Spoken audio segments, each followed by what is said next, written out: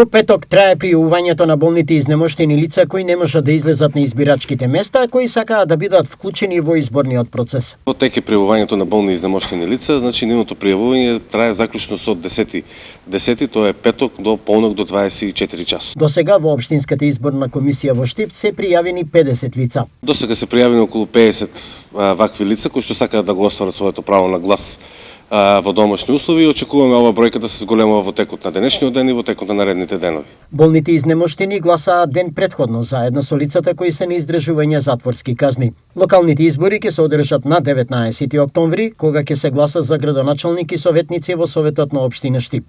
Кандидатите за градоначалник се Иван Јорданов од ВМРО ДПМН и Коалицијата и Павел Иванов од Социјалдемократскиот сојуз на Македонија и Коалицијата. Во трката за влез во Штипскиот совет влегуваат кандидати од 11 советнички листи.